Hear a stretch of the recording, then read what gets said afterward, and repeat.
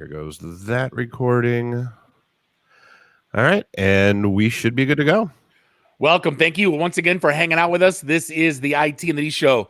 We have made it all the way to episode 361. This is all recording live from our pandemic quarantine houses. This is Bob the Sales Guy. That is Dave the Geek. Randy, I do the Twitters, is doing the Twitters. You can find us online, itandthed.com. And do us a favor, give us a like on the socials and subscribe to us everywhere fine podcasts are sold. Well, and you know the rules. We're not having any events yet. We would love to be having events, but we're not having events yet. So that's just where that is. And as soon as we can, and we will, you'll be the first few hundred to know. We'll see. And we once again are joined. You have won our favorite guest of all time award, by the way, Mr. Fred. But we are joined by the illustrious one, the man, the myth, the legend, the what is it? The voice of reason in this COVID, in these trying times. Mr. Fred Brown, how are you, sir? Great to be here. Thanks for having me. Great to be back. Have you stopped saying that, by the way, in these challenging times? The new normal. This is. I swear, if I get one more LinkedIn request going, how are you in these challenging times? How is your family? People that don't know me operationally adapting to yeah, you should have called me in March. Right. Yeah, we've already made all those decisions. Thanks so much. Yeah. But so we brought Fred back because, well, obviously we want to scare that hell out of everybody again. And I want to get messages all night about how much people are going to be forced to drink after listening to them. So, I mean, it is. I mean, these are hands down some of the most level-headed and informative sessions that I've seen, and I hear that from a lot of people as well. And so it's phenomenal. So, yeah, we've figured, we're going to walk through. We were going to talk about the efficiency of different kinds of masks and talk about, some of the long-term effects that are out there. And of course, the hot topic about schools opening, got some questions that people threw in advance. So let's see, we can do what we want to do. Beautiful. I have some stuff, but why don't we talk and we can certainly go through it if you want, or we can go to the questions first, whatever you prefer. Well, I guess let's hit a couple questions just to keep it simple, because then I know once we dive in, we tend to lose ourselves. So I guess talk to me about Russia's announcement that they've landed on a vaccine, but aren't providing proof of any results or testing or anything. I mean, is the COVID vaccine like the new space race? Like, is that where we are? Well, it is a little bit. It is a little bit, to tell you the truth. The Russians are very good at pharmaceuticals, as are the Chinese. Probably the Chinese are second only to us in terms of R&D expenditures and capabilities. And Russia has a very good manufacturing capability. So, they do have a lot of credibility in the space. And they thought that, I think, that they could be one of the leaders in the space and kind of regain some of their power in the space.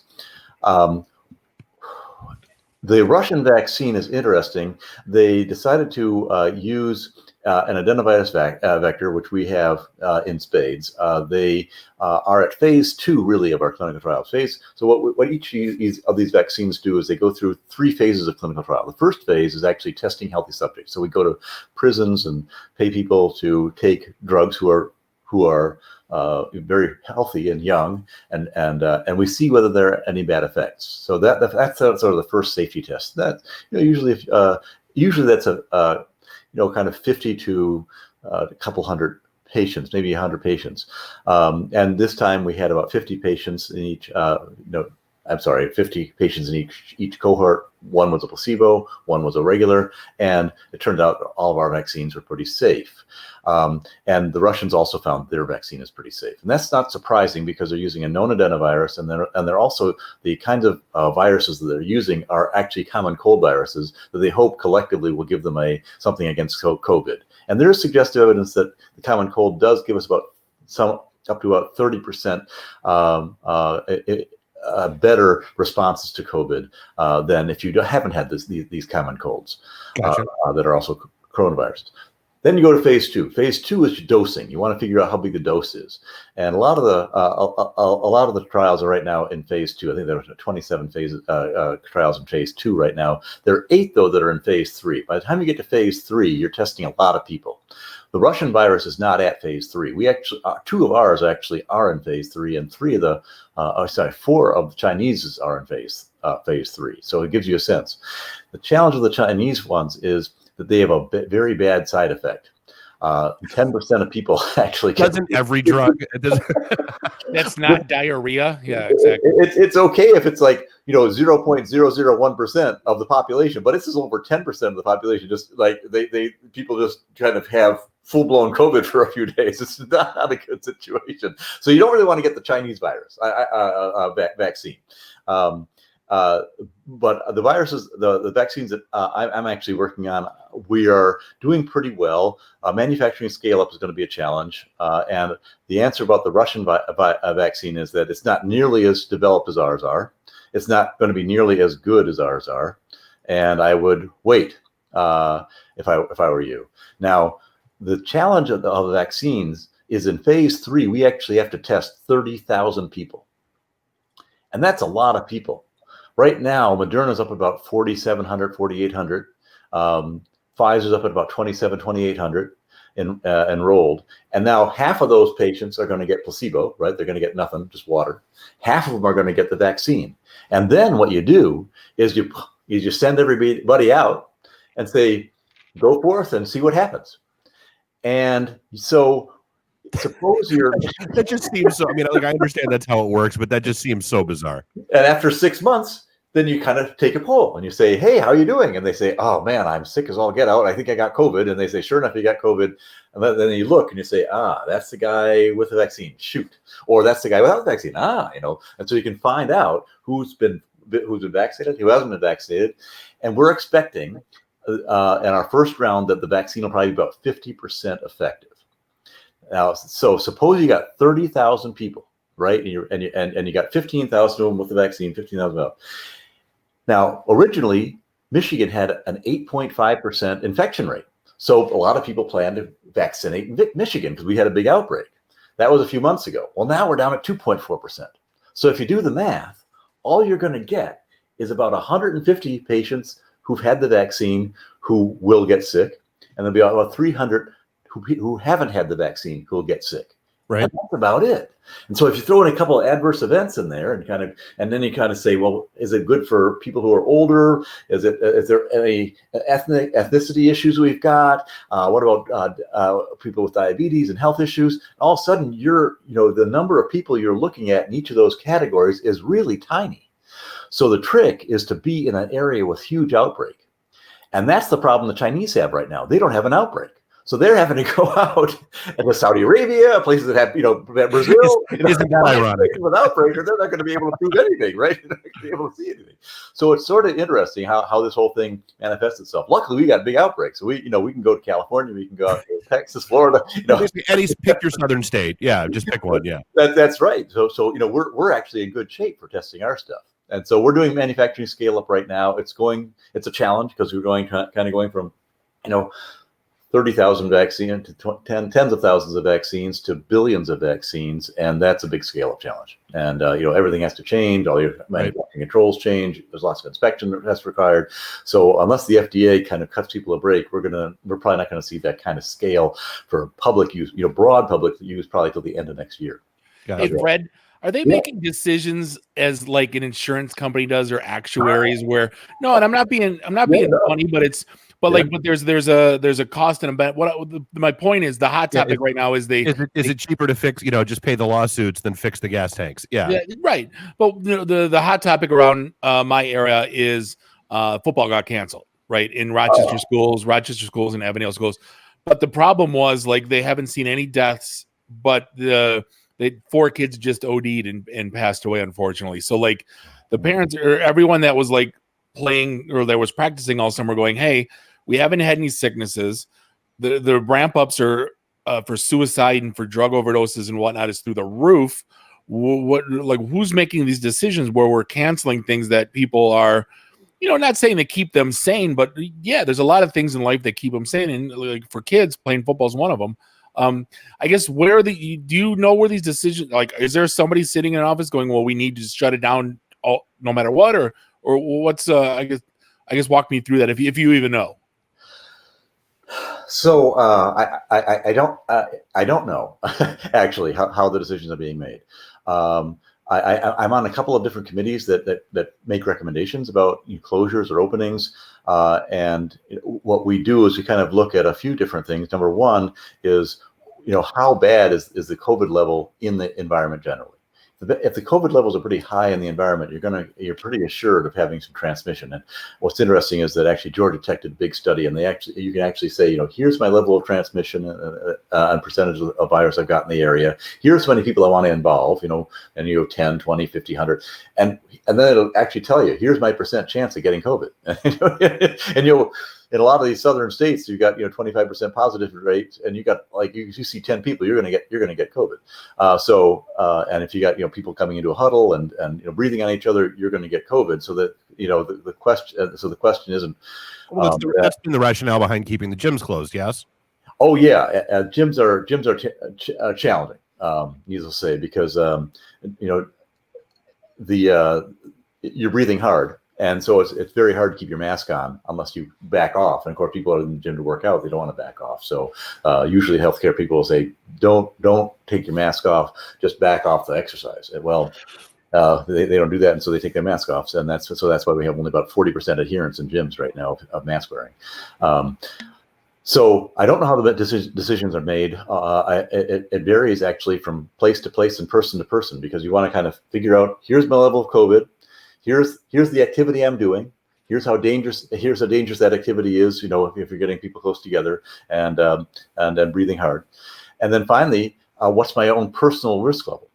And so you got to evaluate all three of those things to make a decision. And the personal risk level is one that you make, as an individual. You're right about about depression.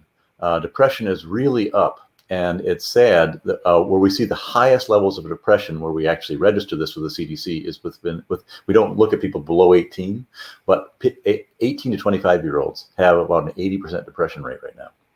And I'm not just talking about kind of being sad, or I'm talking about being suicidal, thinking about having troubled thoughts, for a long period of time, and actually needing medicine to cure it. So that's our biggest area of concern for the young people right now. And the drug use rate is up by 15%, drinking is up by 20%. We've got 30% of the population suffering from depression. From anxiety, and 20% suffering from depression. And of those, by far the youngest ones, and you can see what's interesting is they've actually done studies, and you can see the drop off. From 18 to 25, highest levels of depression. Then it goes down a little bit until you get 40, and then it goes down quite a bit after you're over 60, which is sort of interesting because people over 60 are the ones who are most likely to die, and the ones who are under 60 are actually having the most trouble socializing. And so the social, it's a hard trade-off to make. You're right. I'd like to hope they're taking all those things into consideration. I just wanted, that was kind of my parting shot, but just, because it's scary. It really is when you that one that OD case that was local really hit home with a lot of people, because there were a lot of close to a lot of families here. So yeah, I hear you, and we'll go into some of the school questions as well. And a lot of schools are responsible for nutrition. They're responsible for allowing people to go back to work. And so it's a huge social issue.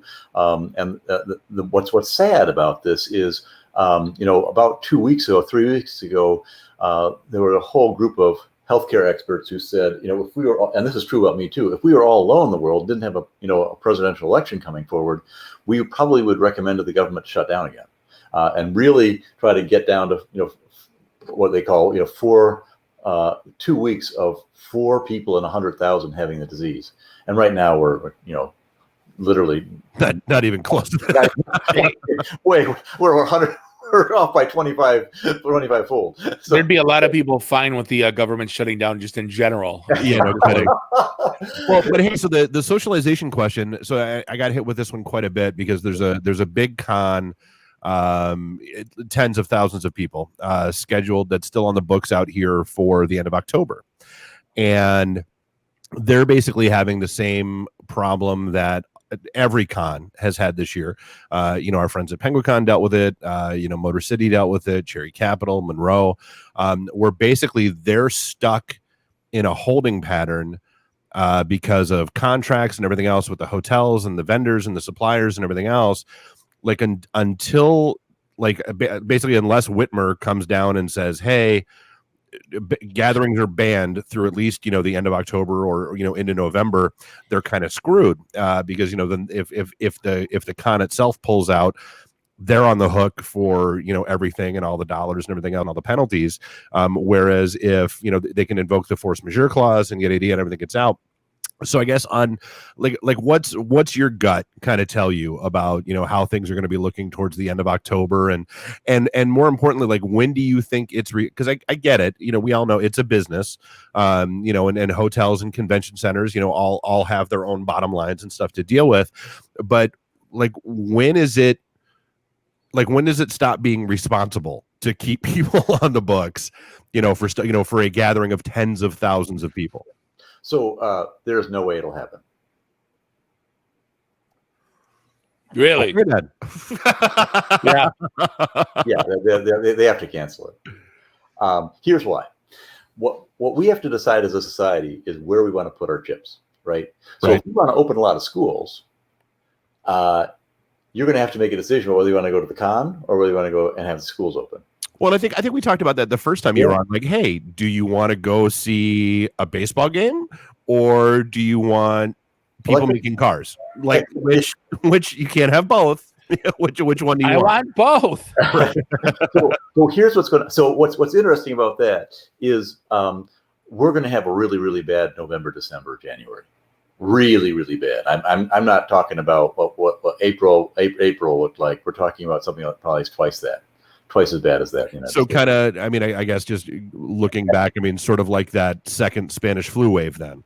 Oh yeah, and what's gonna happen is, well, and I'll show you that on some slides in a little while. But what we're worried about as modelers is what the curve looks like, right? And right now we're at a plateau. We're at a high plateau, but it's flat, right? Which is great, and it's coming down a little bit, which is great. And so we think that's going to plateau out. And October is going to start the next wave, and by the time it'll be sort of late October, early November when you start the next wave, and by Thanksgiving and Christmas, it's going to be overwhelming. And so you say over, right? You just said over. You didn't say over. You said over. It's going to be really, really bad. Yeah, so this is not the time to have your husband ears on, Bob. Have your fun now. Right. Do go out to the bar every night. Got it, babe. Got it. Yeah. Yeah, so I guess that's the other big one. Thinking about it, like the end of October. You got Halloween. You got the kids are going to want to go out, but do you really want the kids going out to get candy from random houses and all that kind of stuff?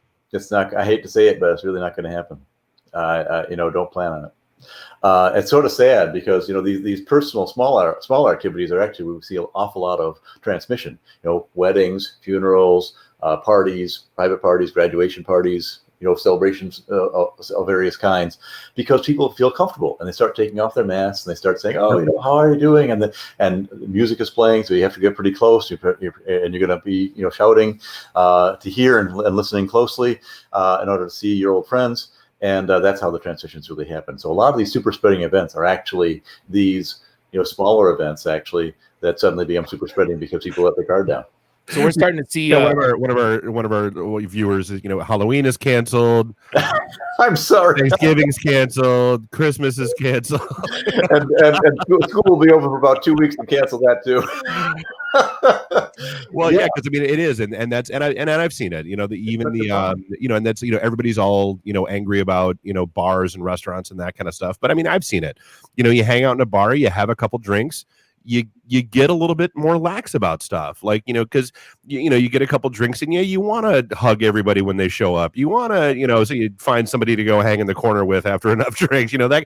So and so it is. It's when it's people get lulled into a kind of a false sense of security when they're around friends and family, and that yeah, like you were saying, that tends to be where the risks happen. Like, my niece just had to cancel her wedding, and basically, put it off, and they're going to do a celebration next year. It was supposed to be in a few weeks. One of our engineers just had to do the same thing. That was supposed to be the week before my niece's. So, I mean, it's not pretty, but it's reality right now. And the real problem is, Bob, you mentioned, what is responsible. The problem is that 40% of people are asymptomatic. They have no idea they have it. They can go through temperature screens without going, setting off any alarms. And that's one of our key screening procedures. They don't have temperatures over 100.4 degrees. And so 40% of the people are walking around, and they're your friends, and you think everything, and they're looking great. And the problem is they could give you the virus just as easily as someone who's super sick at a hospital can, and you could have a really bad event. We just don't know enough yet. We're starting. There are some studies right now, one at Stanford, one at Harvard.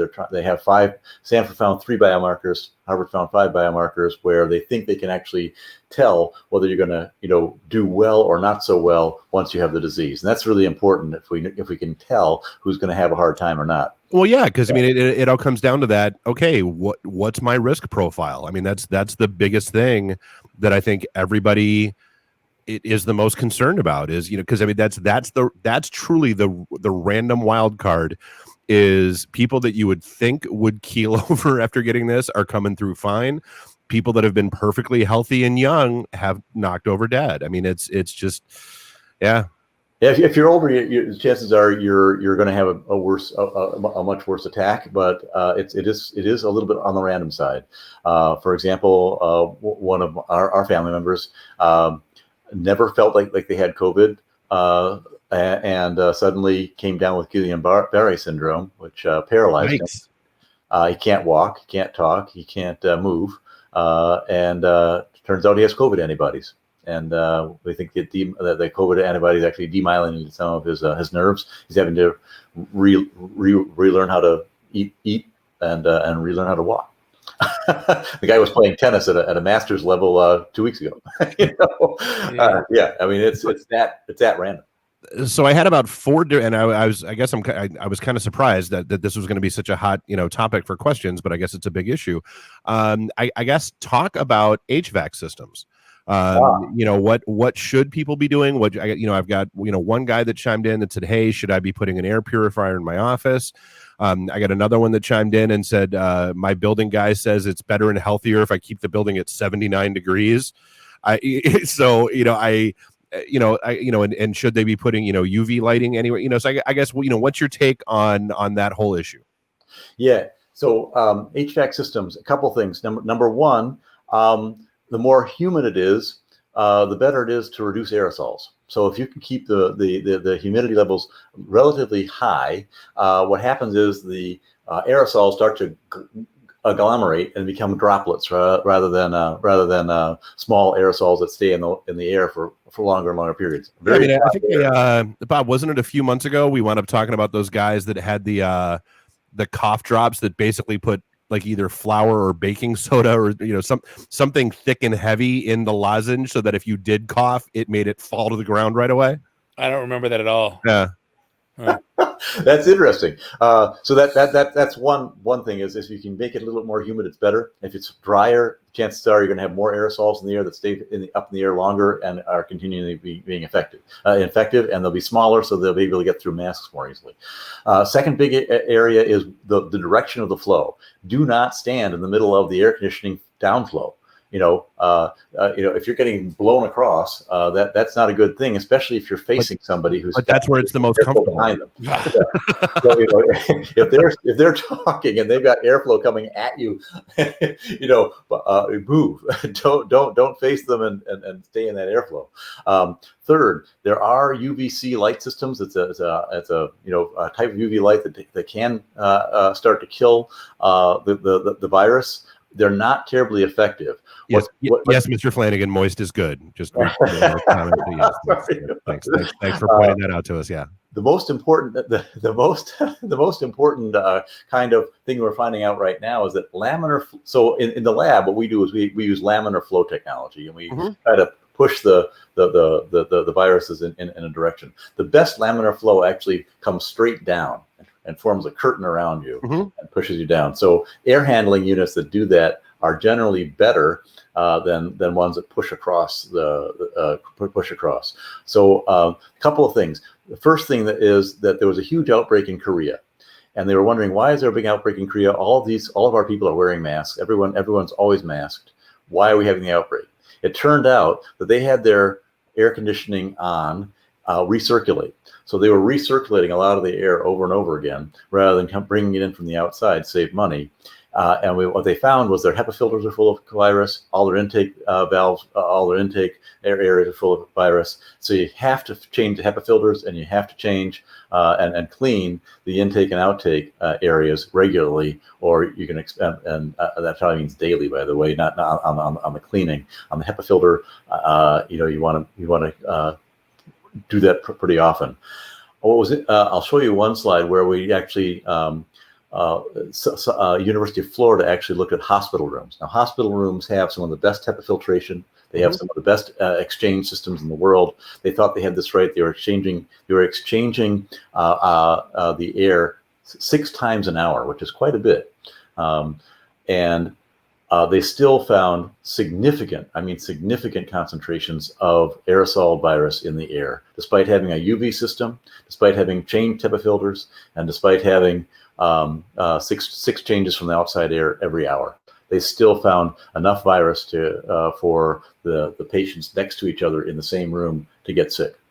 And so this is a tough virus. Speaking of, somebody said something to me during one of the shows last night, or actually before one of the shows last night. She's thinking about hopping on a plane. And I can't remember which airline it is, but she said she was doing her research, and one of the airlines she was looking at said that they are now bringing in fresh air to the plane so that you're not flying in a big, giant tube of recycle. I got to get like an airline person on here to explain to me, like, what are they cracking open a window? Like, are they?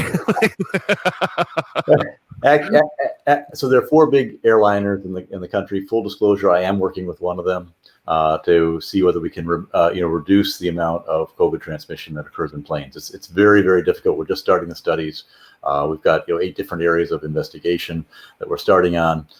Everything from passenger screening up front to embarkation, disembarkation. And the way they do this is they actually have, they suck in about 50% of the oxygen from the outside. And when the airplane is running, that works pretty well. So you've got quite a bit of filtration and outside new air coming in. The problem is at the gate and at taxi, because you don't have the jet engine running. And so we're looking at ways of changing that so we have the same level of outside air filtration at gates and at taxi as we do in air. That's a challenge. We're also looking at HEPA filters. We're looking at cleaning. We're looking at aerosolization. We're looking at distancing. We're all these different areas, and it's just very, very challenging. What was interesting was that it looks like masks are pretty effective if you can get them fit right and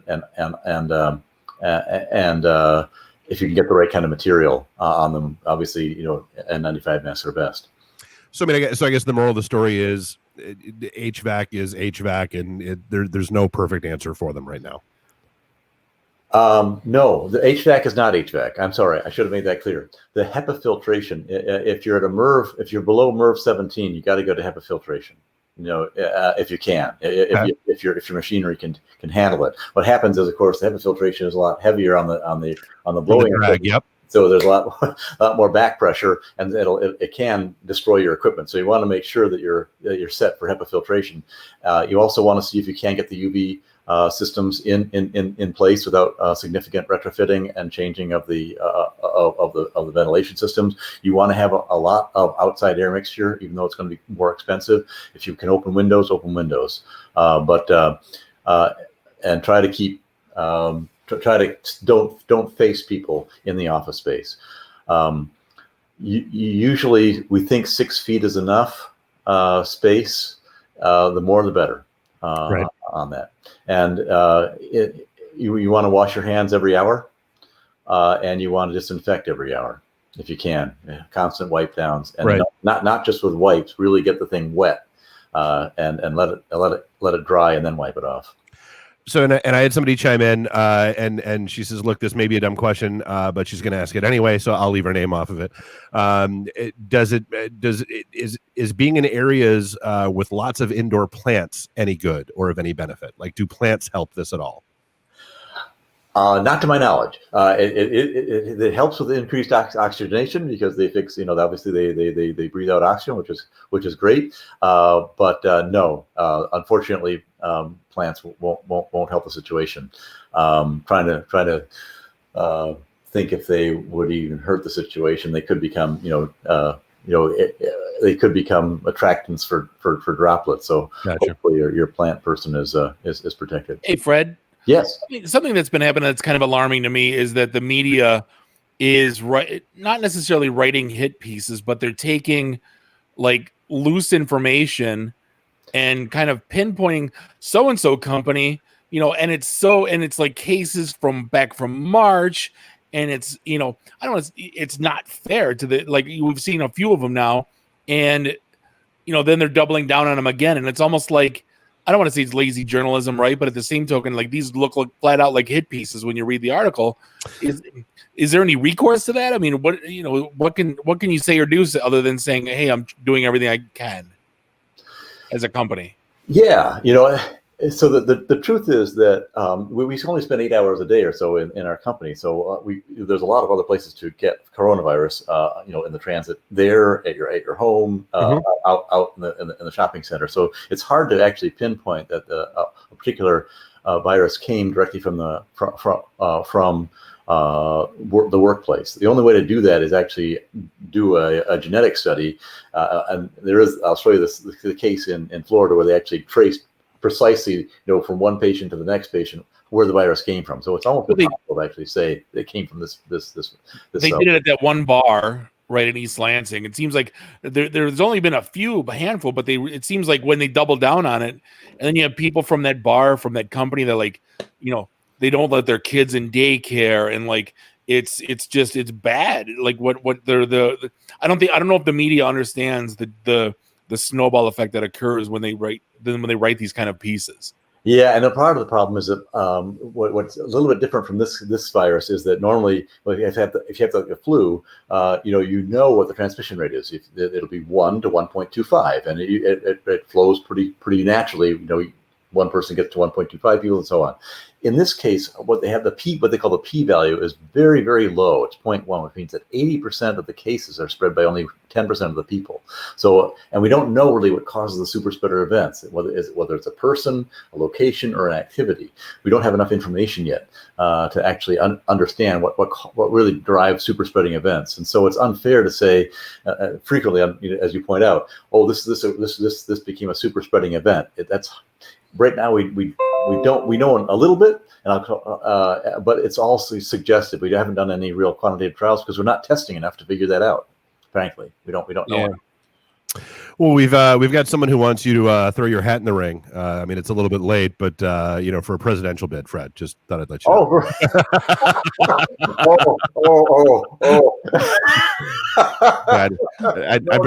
Please, I don't think any of us want to live our lives under that microscope. No thanks. Yeah. Yeah, that's a really thankless job right now. After we figured everything out, then I'll be happy to throw my hat in the ring. Yeah, and I guess another thing that kind of threw me a curveball too is you had a couple famous people over the last couple of weeks test positive, the quarterback for the Lions and the governor of Ohio, and then they went in and tested 5 more times. They're like, "Oopsie," right? And that's kind of what the ending of it was. And they go, "We're okay," but so I mean.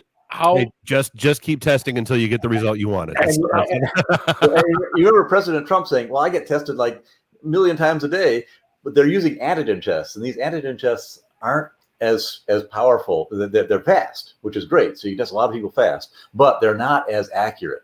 They're only about 70% accurate. So if you really do the math, you have to test yourself 3 times to really be sure whether you've got a negative or positive. So if you got one of those fast tests and you got initially came in negative, you may want to test yourself a couple more times. That goes back to the business comment though. It's like comes out that Stafford's positive. His wife goes through holy hell at the supermarket and at the wherever she goes, and then it ends up he's fine. but then people are still probably 2 steps away from them. You Well, know yeah, what I mean? dude, nobody reads a retraction. Nobody Right. reads a follow-up piece. Yeah. They still think he's got the Rona, and he's Yeah. fine. So I guess the question is, well, how, out of everyone that gets tested that's positive, like the false positive ratio, like how much is that a thing? Is that even, or is it even? Are they keeping track of that? Is that a? Oh yeah. We watch false positives really carefully, and the not nearly as carefully though as false negatives. False positives, what happens is you kind of go in and you say, okay, I've got to isolate for a little while, then you take another test, it's a PCR, which is a much more accurate test. You say, oh, it turns out I'm negative after all. Everything's wonderful. But if you're a false negative, then you got problems, right? So you can tune these tests to be highly sensitive and not very specific, or highly specific and not very sensitive, which means you can tune them to either show a lot more false positives in order to prevent a false negative, which is what we do in this case, because false negatives are much more dangerous. Suppose the governor of Ohio had said, everything's great, breathed all over President Trump when he came in, and then it turns out, oh, shoot, it was a false negative. I turned on all of a sudden, you got a serious situation. So we've tuned these tests so that we have a lot more false positives than false negatives purposely, because we want to avoid that. And so we cancel one event, but I'm sure that President Trump will come back to Ohio and be able to see the governor. Again. But also on the flip side of that, sorry, Dave. The flip side of that, I know people that were homesick, had to have been the Rona, the way the symptoms showed, and I basically said, don't come in, don't see your doctor, don't come in the hospital until your lips are blue. So they couldn't test. They're not a number, they're not a statistic now, but they had it, went through it. Dave probably had it, went through it, but that was before this was a thing, right? Back in November, December. So I mean, that again, for as many false positives now, you're having the other side too. Like again, that's and they wonder why we're all confused and going crazy and drinking and well, and you know what the real problem is? We're not testing. We don't have enough tests. Out still there. Still, oh, not even close. I mean, I hate to say this, but we should. So if we were doing this right, as far as testing goes, we'd have a simple test you'd be able to spit on basically into a detector that was on your mobile phone, and every day you'd get up in the morning and spit in your detector, and mobile phone would let you know whether you're positive or negative, and be 85-90% accurate. Those tests are in development right now. They're probably about 6 months away. They'll be all solid state. They won't require reagents, and we'll be able, and the cost literally, to reduce I've done the math. It's under $1 a test now. Then you have to get them out and everything, but it'll be below $5 a test in the future. But that'll be the future if we keep going without vaccines for much longer. So, and then something related, I guess, because this is, it was a huge topic a few months ago. It's resurfacing as a huge topic now for the opposite reason.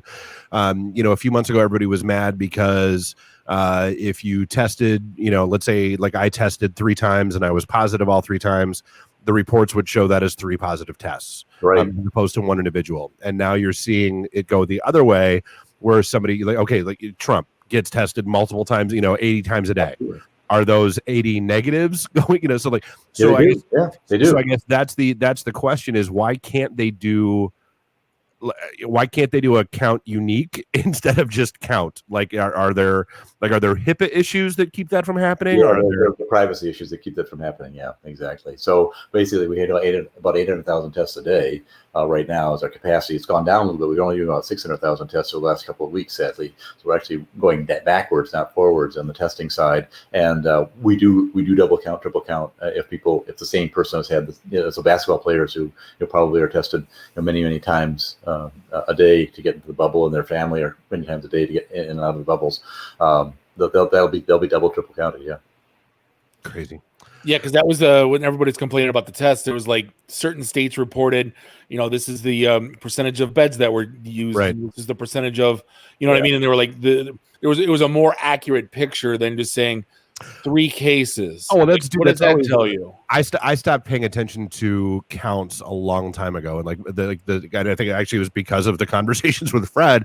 I started paying attention to, okay, what are the hospitalization rates? What are the available bed rates? What are the occupied bed rates? Like those are the ones that are kind of like to me, those are the triggers. Not every muni reported that properly. I know that's the sad part. Yeah.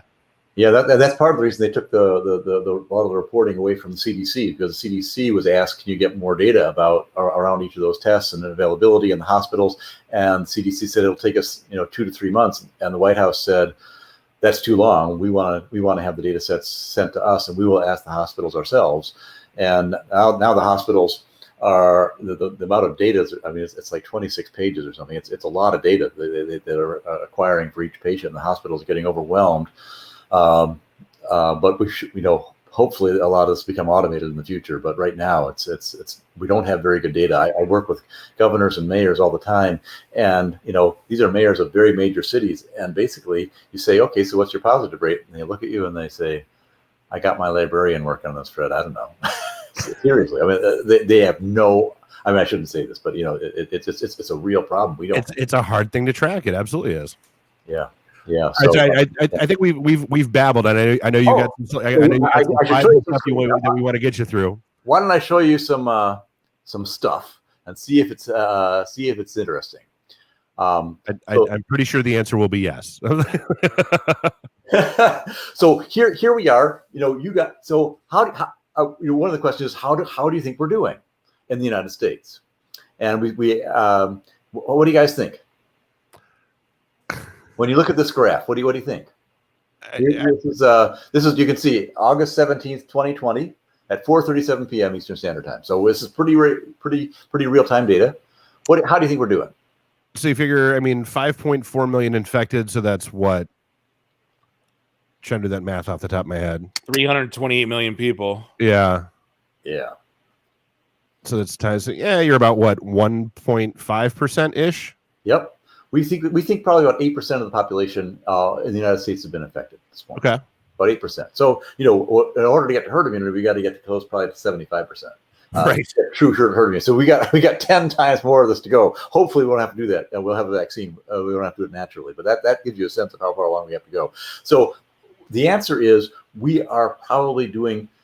not doing very well. I mean, us, India, and Brazil represent almost half the cases. And we don't. That's not very good company. Is wow? Hey, Fred, was that 40% nursing home stat? Is that still accurate, or was that early and now it's diluted? So the nursing home numbers aren't really that well known. We're asking for reports on the nursing homes, and a lot of times we're not getting them. So right now, generally the answer is yes. There is a problem in nursing homes. There's a bigger problem in prisons, frankly. But nursing homes run a close second. So it turns out that if you're a Canadian, you're 25 times less likely to die of COVID than if you're an American. So all I have to do is swim across to Windsor. No, I'm just kidding. But so that's how bad it is, right? I mean, we're talking, and if you're a European, you're 10 times less likely to die of this thing than an American is. Well, I mean, Canadians are a lot more polite and more likely to listen to people. So, I mean, there's that. So that's sort of the U.S. And what's interesting about this is, where do you think it's going to go? So I'm a modeler. I do a lot of modeling. What do you think the modelers are thinking right now? So you can sort of see, the trend. It went up and then came back down, plateaued, and then went back up again. Now it's coming back down again. Where do you think we're going to be in a couple of months? Given everything I'm seeing, I'm expecting that to go up and to the right. Can I use my canned as soon as it hits November 5th, straight down? Sorry.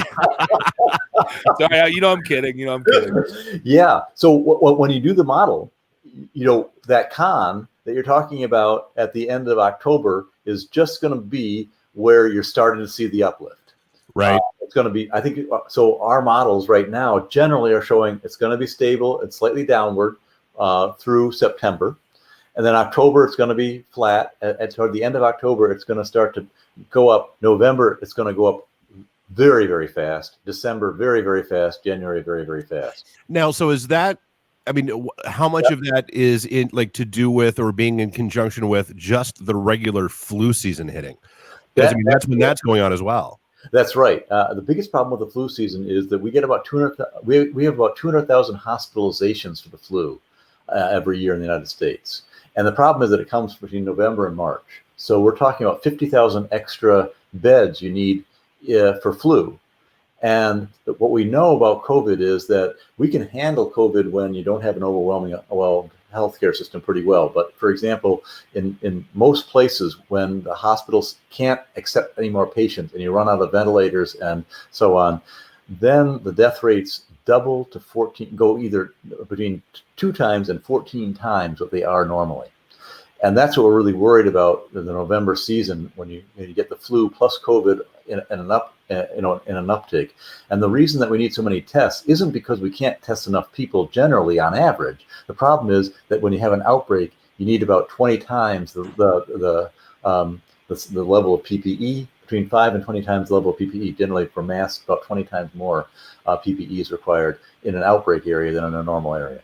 So you have to get ready for that outbreak. Fred, every chart that I see, at least when I'm, and I think it's directly from CDC or I'm not sure where, it just shows a huge spike in April and then a small uptick in May and then a huge drop off and then a small uptick around where we are right now. What's this one compared to the one that I see all the time? So this is I'm guessing this one is accurate. I'm using the Googles, man. This is a 7-day average. This is a 7-day rolling average. So what that does is it levels out those ups and downs you were seeing, and shows the trend a little bit more clearly than if you just take the daily rates. Because, for example, today we only had 500 deaths in Michigan, but yesterday we had 1,500 deaths. So if you look yesterday, you say, "Oh my God, 1,500 deaths, that's a lot," because our average is about 800. And then we look today, we say, "Hey, wow, we solved the problem, right?" We're going. So the trick is to do the 7-day average rolling. Otherwise, you're going to get a lot of these discontinuities. And right. No, see, now it's funny. I just looked it up on the Googles, and new cases, then it's the identical graph. So yeah, it's funny how Then I looked at deaths, and the deaths ones is bizarre. It goes up a little bit, and then it's flat for the most part. So the most interesting thing about this graph is that if most of this graph is driven by the death rates we were having in the Northeast, in New York City. If you took, so it turns out that in April we had that big. Remember, we had New York was just on fire and was really having a lot of problems. If you were to take out the decline in deaths in New York and Connecticut, Jersey too, right? And Jersey, and the 6 states, basically, right? Connecticut, New Jersey, Rhode Island, Massachusetts. So if you took out those states, if you took out the drop-off in the death rates, you know what this graph would look like? It would look like a straight upward shot. So what happened was New Jersey, that Northeast group had a big outbreak and overwhelmed the data from the rest of the country. If you take that data set out and you say, let's just pretend that New York and Connecticut were like the rest of the country, what would this thing would just look like? A straight up hyperbolic curve. There would be no plateaus. There would be no ups and downs. It would just be straight, basically up. But because we had that outbreak and then a reduction, such a huge reduction in deaths and average case rates in New York and New Jersey, we see a plateau and then a slight downward trend. Well, you look at New York and New Jersey, there's 50,000 deaths out of the 170, just those 2 states. That's right. Yeah, it's absolutely amazing. So now we are getting a true downward curve because now Arizona's starting to come down a little bit, Florida's starting to come down to get a little bit, and that's going to help us go down a little bit. But I think you're going to see the same sort of pattern. So end of October, you're going to start to see that climb up again, and then it's just going to go out of sight unless we do something about it in November, December, and January. So now, do you see that? Do you see that being an entire national issue, or do you think we're going to have hot spots again? Oh, it will be hot spots, and sadly, the hot spots will largely be Midwestern, I think. It'll be Indianapolis, it'll be Detroit, it'll be Chicago.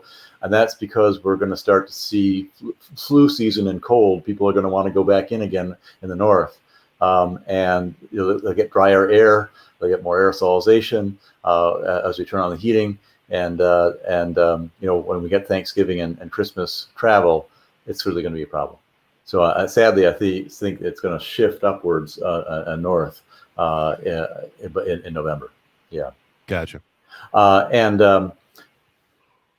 So that's what we're modeling right now. It turns out that according to Goldman Sachs, they think that if we were to wear masks when we start now that we're going back down a little bit, we would save about 5% of the economy if 90% of the people wore masks. Right now, we're only about 45-50% of people wearing masks.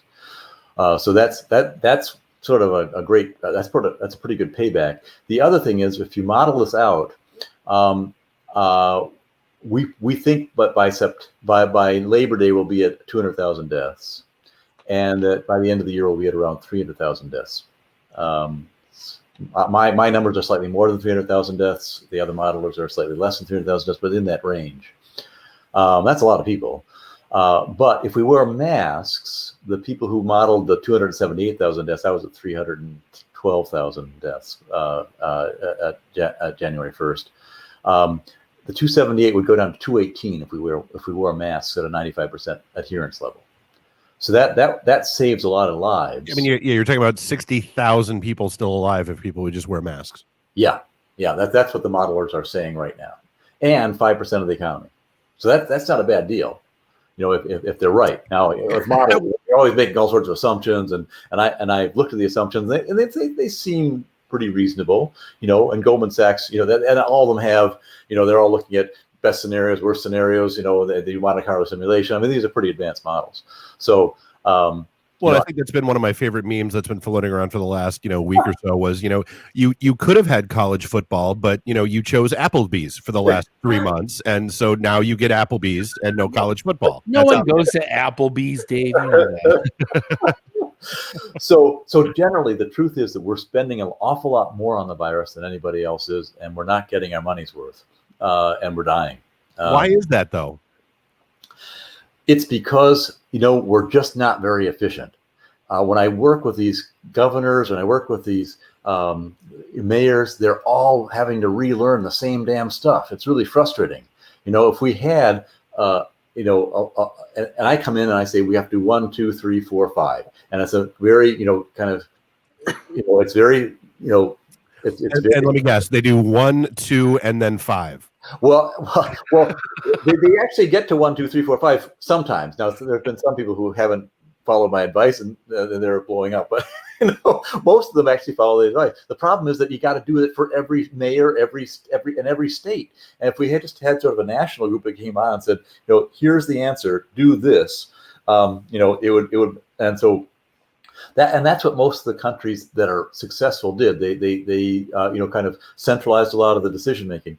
The problem is, we got a lot more people than most of these countries, and we're a lot bigger than most of these countries. So we're a lot more diverse in both the geography and our healthcare and our health. That's my biggest beef, Fred. Is like, right? Oh, look at what New Zealand did. It's like, well, it's an island with 4 million people. It's that's one of our smallest states. Yeah, or Taiwan gets closer, but again, it's an island for God's sake. Korea is part of a peninsula, and they're so it's hard to find a good. India's more like us, and they're having a lot of problems. Brazil's more like us; they're having a lot of problems. So you can't. So that's why we're paying so much, because we're trying to save lives, and it also is why it's so tough, because we're bigger and by nature a little bit less centralized than these smaller countries are. So yes. So that's speaking of New Zealand, Nuri just hopped on the watch party and says hi, everybody. Hi, Nuri. Excellent. Well, so that's where we are. Michigan looks like this. We had a chance in June to really be down toward the 1% level if we just maintained that for a couple more weeks, we probably would have knocked off the virus, especially if we blocked the borders. But again, we chose Applebee's. But sadly, we got impatient. We got a little impatient, but it was understandable. So we were suffering in May, and so you can see what's interesting is you can see all the little blips here with the nice weekends we had, and you can see the death rate is kind of 2 to 3 weeks after the case rate. So Right. Fortunately in Michigan we actually have a high case fatality rate.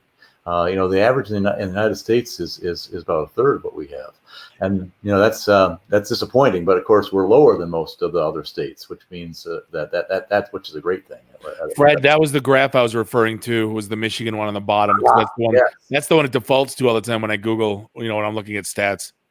Yeah. So you can see so here we are, and basically people are saying for Michigan we're probably going to be pretty flat. Now, my guess is that when we open up the schools, we'll probably jump by about 3 to 4% is my estimate right now versus where we are right now.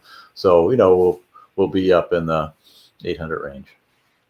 So and I guess that's a good I guess a good segue to what you've got a lot of schools that have come out and said, hey, we're going virtual. You have some that you had Georgia that does a year-round model. And they basically had to, so they've already been open for a couple of weeks and had to shut down already. You've got University of North Carolina that's been open for a week and just announced they're shutting everything down and going virtual. I mean, I guess what really should parents expect when it comes to the schools and how do they make decisions?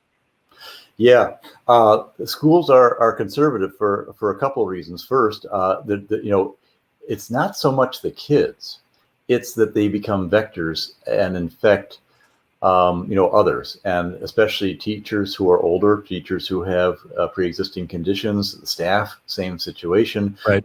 You have an awful lot of transference there, and if we can't control, the virus among adults, we sure as heck can't control viral transfer. Well, it's like we've talked about before. You're going to send your kid to school in a Batman mask. He's going to come home in a Spider-Man mask, and the whole school's going to be shut down for the next 14 days. That's hilarious. Yeah, that's right. So I'll get to schools in a second. I just wanted to show you a couple of things that were sort of interesting. So here is where Michigan is. You can see that there's uncontrolled spread across the country throughout the Southwest, which we knew about, and Washington State, basically. But Michigan is actually sort of a yellow state, which means that we're trending pretty flat. We're not that bad, and compared to the other states. So that's a good thing. The question is whether the red is going to come and overwhelm us, right? Because Ohio's not doing so great. Illinois, Indiana's not doing so great. Wisconsin. Yeah, we're kind of surrounded by badness here. I'm not. Canada's the one. so that's the risk, right? Is that we get worse because everyone around us is sort of coming and infecting us. We'll see that trend in a second. Michigan's sort of interesting. If you're below the thumb, that tip of the thumb, right? We're pretty much like the other states. If you're above the thumb, then you're doing pretty good. So that makes sense. Which makes sense. Yep. Yeah. So that's sort of what Michigan is sort of special. Well, yeah, I mean, just from a population density perspective, and exactly. and I know I've seen people that are like, oh, well, hey, the bars here aren't open. I'm heading down to Columbus for the weekend, or I'm heading over to Toledo and going to go hang out there. And great, so you go there and then you bring it back here. Thanks. That's the problem, right? Yeah, exactly right. And what we're gonna see, I'm afraid, is that migration in October from the southern states into the northern states, and then we'll really be in. Well, then we really will be surrounded. So one of the big issues we got is asymptomatic spread, and it's sort of interesting. We think it's about 40%, but you can see on the right hand side here that the range is quite wide. In some cases, in King County, Washington nursing home residents, it was only 6.3%. Now, that's because generally the elderly patients have bigger outbreaks, and there's less asymptomatics. But generally, we think it's about 40%. And wearing a mask, it turns out, is pretty important, we think, because there's some suggestive evidence that indicates that the viral load you get actually influences how bad your symptoms are. So you remember that first doctor who died in China, who's become a hero. He was only 30 years old, but he got so much viral load early on that it just overwhelmed him, even though he was young and in good shape. And the same thing's true about, so if everyone wears a mask, it turns out we think we're going to have more asymptomatic than symptomatic. And the reason we say this is because there were two big cruise ships where we can sort of did an experiment. The Diamond Princess cruise ship was happened. Remember that was the first big cruise ship we had in Japan, and it sort of we had 47% were asymptomatic on that cruise. Well, about a month and a half later, the Argentinian cruise went out, and everyone was wearing masks, and there 81%. So we had were actually asymptomatic when they came on. Wow, which is sort of cool, right? Because it indicates that, hey, if I want to get a less severe case of COVID, chances are if I'm wearing a mask, I've got a better chance. It turns out almost a 50% better chance of getting a lesser bad case of COVID if I'm wearing that mask than if I'm not wearing a mask. Well, and I still think that the best way, because people are dumb and they need really graphic stuff. Hey, if you're both naked and somebody pees on your leg, you're gonna get all the pee on your leg. Where so okay, stupid. But if I'm wearing pants, then I'm not getting as much pee on my leg. And if we're both wearing pants, then I get no pee on my leg. Like I feel like that's quit peeing on people. So we think. Now we don't know a lot about this virus still, right? It's only 7 months old, but we think that basically if you have COVID and you're talking to somebody with a mask, the chances of that person getting COVID, if you're talking to them closely, less than 6 feet away for more than 15 minutes, is about 70%. That's how that's for the European version of the virus. There's a Chinese version and a European. The European is about 10 times more prevalent in the Midwest right now because it's much more infectious. It's about 5 times more infectious than the original Chinese version. The European one came in from Germany. That's the one that hurt New York so badly.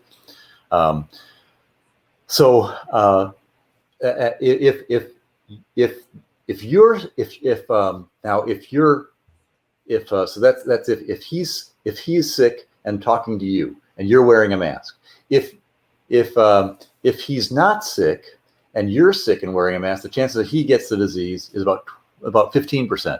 If you're both wearing masks, it's about 1.5% transmission rate. So that's a pretty good deal if both of you guys are wearing a mask. But it turns out that if you're healthy and talking to a sick person, you're not that well protected. That's the problem. The other thing that helps us is vaccination. So if you can get a booster on your pneumonia vaccine, a booster on your polio vaccine, other kinds of mumps, measles, that can help because it turns out when we get older, our immune system it doesn't work quite as well as it should, and as a result, it kind of stops and starts and fits and starts and gives you a much worse version of COVID than younger people.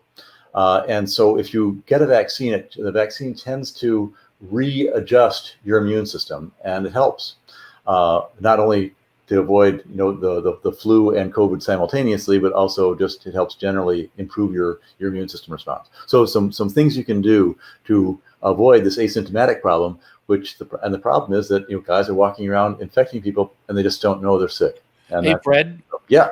Let's say I want to I'm eating good. I'm taking all my vitamins. I'm trying to, I'm kind of double loading on vitamin C, like the airborne, kind of like how I'm treating like going on vacation. Like, is that, what percentage is that I'm, helping feeding my immune system? Is that swaying anything, or if I'm just going to get it, I'm just going to get it? Yeah, no, it can help. If you get enough sleep, if you exercise, if you take your vitamins, absolutely, and all that helps. There's no doubt about it. I'm completely screwed. Thanks, that's great. Same. It's probably about a 30% improvement if you're sleeping well, exercising, and taking vitamins and eating right. Yeah, about 30%. Don't eat too much. You don't want to get fat. Then you have about a 30% Too late. There's in the other direction. So this was the study I was talking about at the University of Florida, and it's really an important study. If you're in the hospital, if you're in a nursing home, get into a single room. Don't do a double room. And there are two big issues. The first is that, there are a lot more visitors when there's a double room, but more importantly, these are guys who can't wear masks all the time. So you've got people who aren't wearing masks, and they were looking at aerosols, and they found that the person who was asymptomatic and sick next to the guy who got sick from COVID, they said, how'd that happen? And then they tested the guy. Sure enough, he was asymptomatic and sick. Turns out there was aerosols in the room. Even though they were 16 feet apart from each other, there was enough aerosol over the well guy's bed to get sick, just by normal breathing. These are guys who are in the hospital, right? So you'd think that in the hospital you're safe. If they're not testing everybody who goes in for COVID for the asymptomatics, and you're sitting next to a guy, you're going to get sick. Oh, I would never make that assumption. I've always been firmly in the camp that I've never been sicker in my life than when I've gone to the hospital for something. Yeah, because that's where the germs are. Like, let's all be real. Sadly, you're right. They save us, but they also you can also get there's also an awful lot of bad transmissions occur. This was in a hospital, by the way, that had what we consider excellent ventilation. These guys had 6 air changes per hour. They had all the most up-to-date, regularly changed HEPA filtration systems. These guys, sterilized, regularly. They had, bleaching coming through the rooms to really kill everything. They had the UV system, the UVC system installed in the ventilation system that's supposed to kill all the viruses and all the bacteria before it even gets into circulation. So these guys did everything right, and despite that, the guy with the asymptomatic gave the guy who was the virus, even though he was 16 feet away. Yeah, and they proved this conclusively with genetic studies of the virus and the molecules in the air and so on, that it was absolutely the guy next door to him. Well, yeah, I mean, and the sad reality is that's the kind of thing where you're not going to know until you can do that kind of testing. That's right. And so this is a really special test. We've waited an awful long time to do this test, and this was the result. So it's really, so all the questions about the air system is, do your best, but don't expect, sadly, don't expect. It's not a miracle worker. Yeah, a miracle. Exactly. Sadly, the complete safety. Here was the Duke study that you talked about earlier. So this is what they found. Sorry, I just love that the slides said laser beams. That's great. Yes. So the technology here was really wild, right? So we did all this modeling, and we figured out basically there's a huge formula, mathematical formula these guys who are modeling figured out, and basically it says after you reduce everything to what it says is it matters how much the mask blocks. Right. How thick is the stuff and how much is it blocking? That's basically what the mathematical formula said. So Duke said, we're engineers. We're going to actually look at the mask directly and figure this out. So they actually, pushed air, consistent volumes through a mask, and they measured the particles that came out the other side. That's pretty smart. And right. With laser beams, and they could actually look at the droplet counts. They could look at the time that took for the droplets to occur and how many were occurring. And you can see the results. Basically, the N95 mask, if you can get an N95 mask and you have it fitted right, that means no air coming out the sides, really, tight to your face, that's your best bet. Really, not only does it protect the person who you're breathing on, but unlike cotton masks, it protects you too. So if you can get N95 masks, get them because they're the best. Close, very, very close, but just slightly less was surgical masks. I think surgical masks are available commercially, and N95s are a little bit more difficult to get. Right. But the surgical masks, they actually, the N95 masks actually are special woven fabrics. They're sort of a paper-like fabric. You've seen them, and they're not woven. They're sort of pressed, so that causes these really small holes in them that allow only a certain amount of particle size through, and 95% of the particles will be less than 0.3 microns. they'll be able to filter 95% of the particles that are larger than 0.3 microns, and the coronavirus is 1.3 microns big. So most of the coronavirus, in fact, almost all of it, was eliminated by the N95s. Surgical masks work actually with electrostatic energy, so they actually stop the molecule, not because they're super dense, but because they have a chemical attractiveness to the molecule. And you can see here they're second. Then we go into polypropylene. If you have a choice between polypropylene and cotton, it looks like polypropylene is a slightly better choice, especially if you can get it in multiple layers. 3 layers is best. 2, 1 is sort of the you can see that cotton basically the same thing. Cotton came up with it's about it's about 20 times. We'd like to say it's about 70% effective generally in blockage, and if you get 3 layers, it's about 85% effective. You can see those numbers going up. So cotton is the next area. What was interesting is that knitted and bandanas is almost not very helpful. I see a lot of people sporting those too. Yeah, and my big disappointment with this is they didn't check the safety the safety glass in front of your face, the visors. My guess is that bandanas and visors are going to be similar in their effect, and the bandanas basically are similar to wearing a mask, without over your nose only, because basically it just right. it down, and if you exhale hard, it pushes, everything goes out. So you can see that bandanas are almost, are in the range of having nothing. What was really interesting is that it turns out if you wear a fleece mask, it's actually worse than wearing nothing. Okay, why?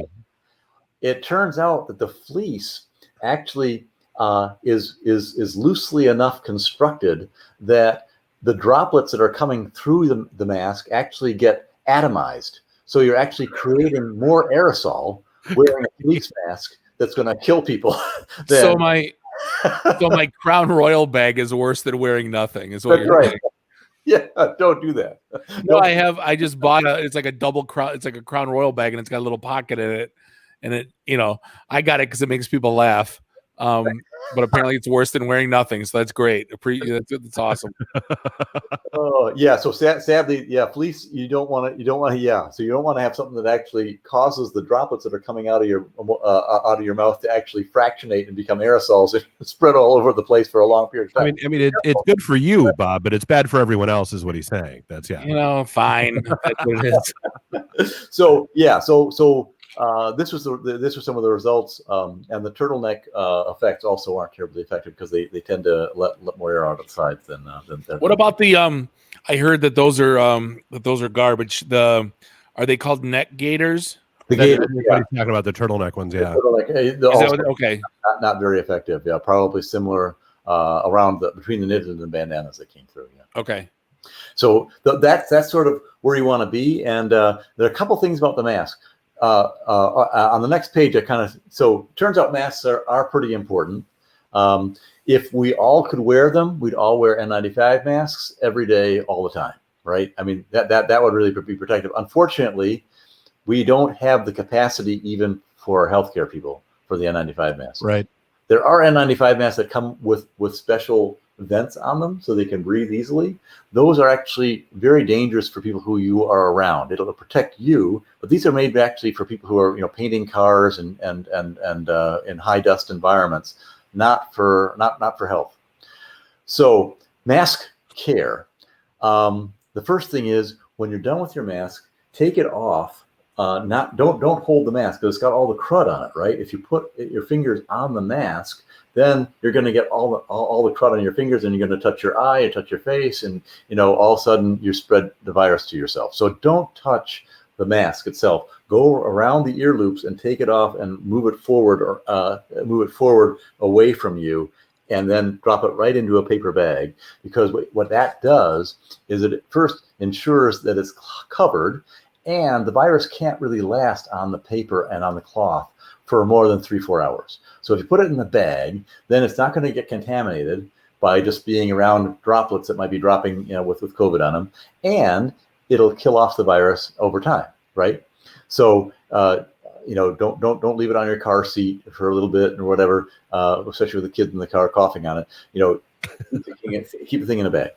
So what about the rumor, again, gotta love the internet, that was floating around for a hot minute about people getting Legionnaire's disease from not washing their masks? Oh yeah, I mean, yeah. So masks are like underwear. Wash them every day. Don't screw around. Yeah, and you want to wash them in bleach. If you're just going to soak them in water for a little bit, if they're reusable.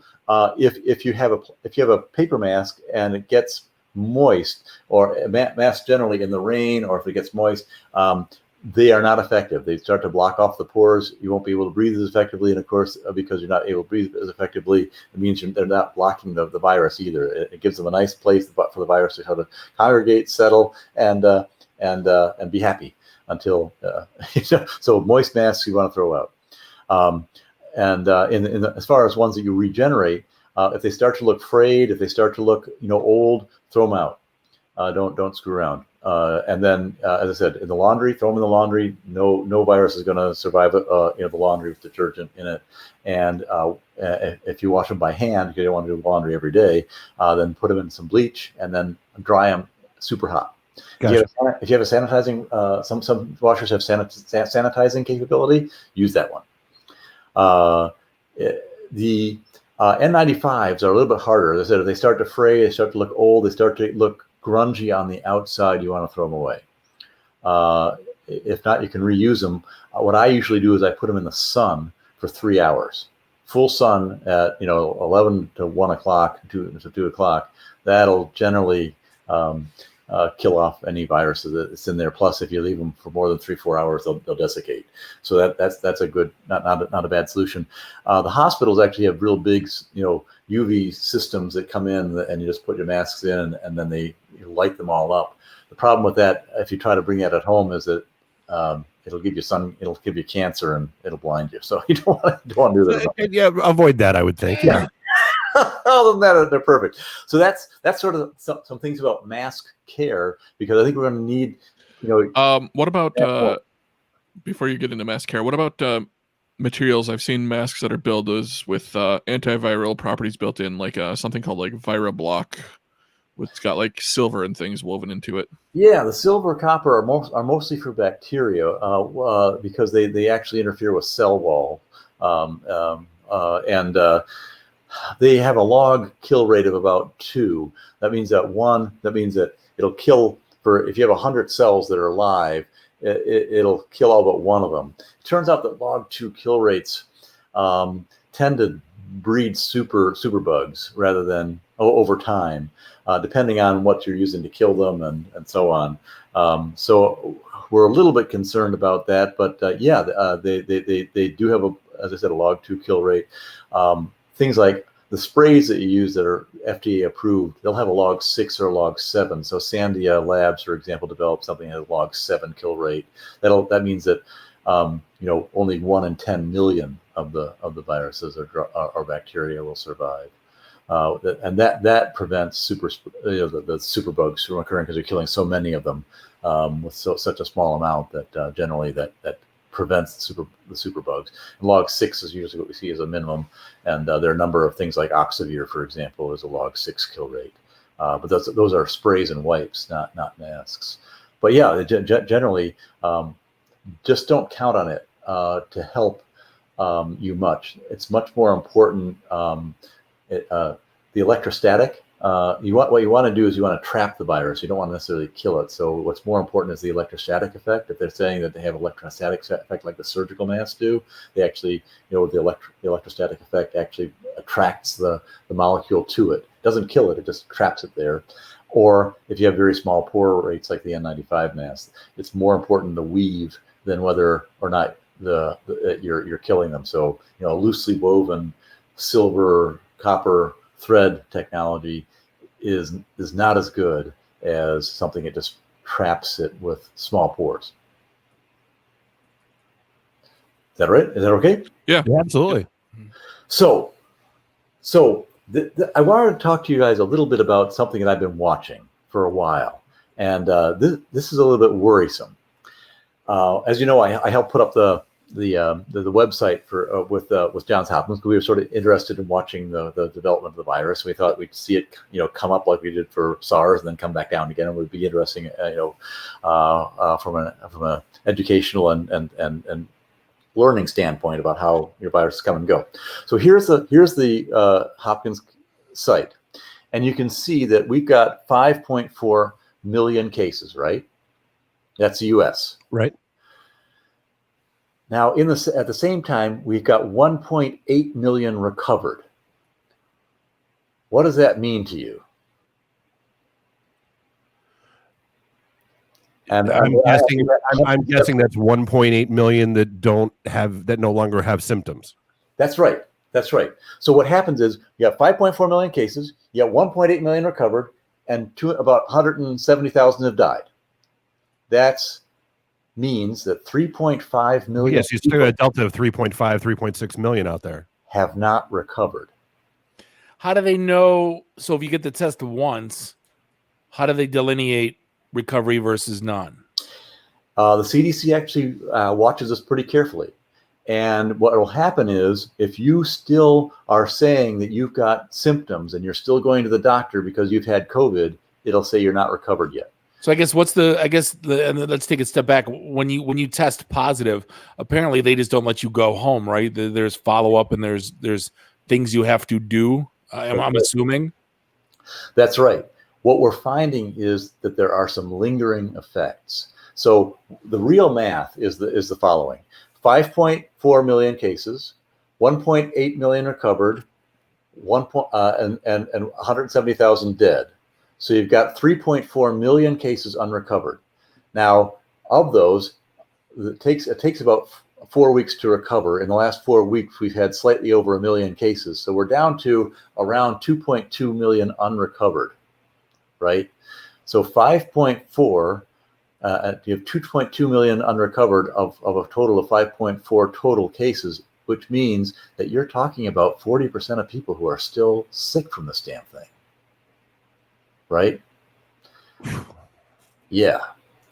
Now, a couple weeks ago, it was up at 52%. So we're coming down. The reason we're coming down is because we're starting to we're starting to test more, and we're starting to find out that we had more asymptomatic recovered and we're mixing those in as well.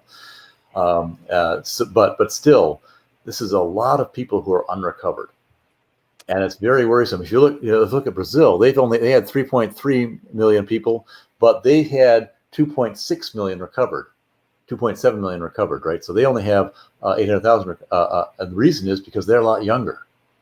And so they're recovering. Well, I was going to say, and so how does this tie in with, I think it was either the last time or the time before that you were on, we were talking about sort of the uptick in cases with kids. Yep. With that secondary syndrome that nobody really understood at the time. Yeah, exactly. That's it. Well, it's not Kawasaki. It's the multiple organ failure system, right? Some failure syndrome, and yeah, those are examples of unrecovered. Exactly, and that's for children. What I want to do is I'll show you what's starting to happen. We're starting to see now. This is very preliminary data, so I don't want everyone to panic. A lot of it's still suggestive. And thank you for that disclaimer. Remain calm. It's small numbers, but I've been watching this for about a month and a half now, and I'm starting to get a little bit worried. So if you look at respiratory function, shortness of breath, 94 hospitals, 94, and they looked at China, 94% of people who were hospitalized had residual lung abnormalities. And with SARS, what we found is that these lung abnormalities remain with you for life. So that's worrisome. Right. 23% in France, they did another study, had acute pulmonary embolisms, which those are blood clots that means that they can go to your heart and kill you. Right. That's not good. And 2.4% have chronic pulmonary hypertension. So that's sort of a big respiratory environment problem that we're concerned about, and what are causing people to remain unrecovered because they have scarred lungs and they're having trouble breathing, and having continued shortness of breath and continued chest pain and coughs. The next big problem is that people are finding that they are foggy. They can't remember stuff very well, and there are neurological complications. And we think that these neurological complications are microstrokes. In Wuhan, 36 to 40% of the people who were in hospital had significant neurological symptoms. And that's again an example of an unrecovered a person. If you've got lots of fatigue, lots of headaches, and lots of brain fog, you're not going to go to your doctor. You're going to go to your doctor and say, "I still got a problem, doc. Help me out." Cardiology: 20% of hospitalized have what they call abnormal troponin. Troponin indicates heart inflammation. That also isn't a good thing.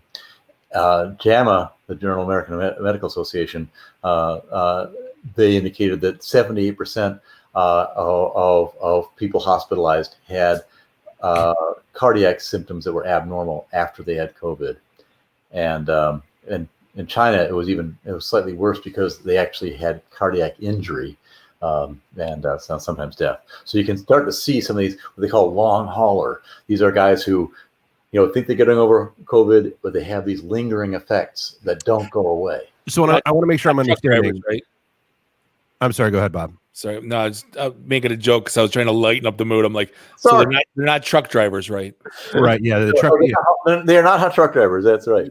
Well, no. And so I was going to say, I just want to make sure I'm understanding this and putting it in the right perspective. So this is of people that were hospitalized or of total cases? These are the unresolved cases. So the Chinese study was the Chinese tend to look at hospitalized people, and the Americans and Europeans tend to look at all cases. Okay. They also had chronic fatigue, loss of smell and taste, and damage to heart, kidney, and lung. So this virus basically fools our immune system, and it gets into places where normally we would have already killed it off, but it gets into heart, kidney, and lung, goes beyond the lung into kidney, heart, and other organs through the blood. If it gets into your blood, because it fools, because you've got basically it attaches itself to an ACE2 inhibitor. All your cells have ACE2 inhibitors; they're part of respiration. So the virus can get to a lot of these critical organs and really give you a hard time for a long time. Hey, Fred, just a dumb question for all the people that are like, I don't trust the Chinese numbers, it's all garbage. Is there any truth to that, or is that just like, because I'm looking at the last slide and you were like, these Chinese studies, and I'm like, do we believe those? I guess that's my point. Yeah. So my experience with the Chinese has been that they are. They're first of all, everyone I know has been trained here, so they're all doctors. They're American medical graduates, European medical school graduates who've gone back to China. So those are the guys I work with, and they're all very straightforward. They have not really been affected politically. The Chinese made a huge mistake early on, and they made a martyr of this one doctor. I think his name was Dr. Liu. Don't quote me though. And he died after he sounded the alarm that said, "Hey, the science is showing this," and the government said, basically the local government, shut him down and made him sign all sorts of things that says, well, what I was talking about was a lie. And then later, of course, it turned out it was COVID, and a significant new disease, and he died, and as a result, all the doctors basically have been really rebellious about and very resistant to being influenced by the politics of the day. That could change over time, but that's what I'm talking about right now. I've not noticed any. I think they're trying to become part of the solution. Not. Yeah, I mean, it sounds like it was. They might have been a little bit squashed at first. They were definitely squashed at first. Don't get me wrong. They were all over these guys saying, you don't say anything, especially the local guys who are all kowtowing to the up the Chinese party. The Wuhan local guys were really putting the screws on all the doctors. Bad. But that then basically people realize that it's killing us. This is unacceptable, and the doctors have had pretty much, they've been able to say what they want, I think, from what I can tell. So you're right. You always have to question this stuff. How many people are they really testing in lesser developed countries? Is it a fair comparison to compare us to? I think they were talking about how we were doing as bad as Somalia or something. We're saying, come on, that's not. After a while, that gets ridiculous. But in the case of China, I think they're well trained, they're good scientists, and I haven't seen any obvious squashing. Fair. So these are some of the things that are happening, and we think that these little blood clots are causing strokes. There's also what my family member went through. We believe that some of the COVID can actually demyelinate some of the nerves, which may cause autoimmune diseases. And myasthenia gravis was one of them in Italy. They noticed this in the case of my family. It was Guillain-Barré syndrome, and that weakens your muscle, double visions, causing difficulty speaking and chewing. You couldn't walk. These are big issues, and we think that what happens is you're slightly predisposed toward this. The COVID infection kind of causes a priming that allows these kind of suppressed long-term problems to rise to the surface. So is this why, and I know they backed off of it really, really quickly, but for like a hot minute, the military basically said, once you've tested positive for COVID, you cannot join the military. They were worried about it. Yeah. And then they backed off that real quick, but I haven't seen anything about that since that was, I'm guessing 2 months ago now. Yeah, that was a few months ago, and they were concerned about a couple things. One, how long does this virus last? We think that you're only got right now. Originally, back in the day, we kept seeing pop-ups of virus, coming out 2-3 months later. Right. Those were things that were sequestered. Generally, we think that what we've done is we've looked at the virus. We've said, and we've taken people who are sick, and what's interesting is the virus keeps shedding, but those after about 10 days, you don't tend to be infectious. So anything after 10 days, we took the viral sheds and we put them in petri dishes and we cultured them to see whether they could grow, and the answer is they couldn't. So basically, we think that the period of infection is much lower than what we thought 2 months ago, and we're still not sure about all these long-term effects.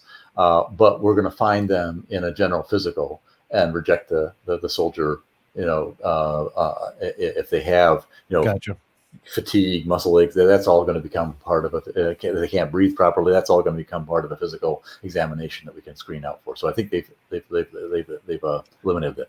But here are some of all the symptoms that you can still have even after you're done with the COVID and you don't have any more active virus. All this stuff can remain with you. So it's sort of worrisome, and that's why I think we're seeing all these unrecovered people still trying to get over this disease. So it's not something you want to get.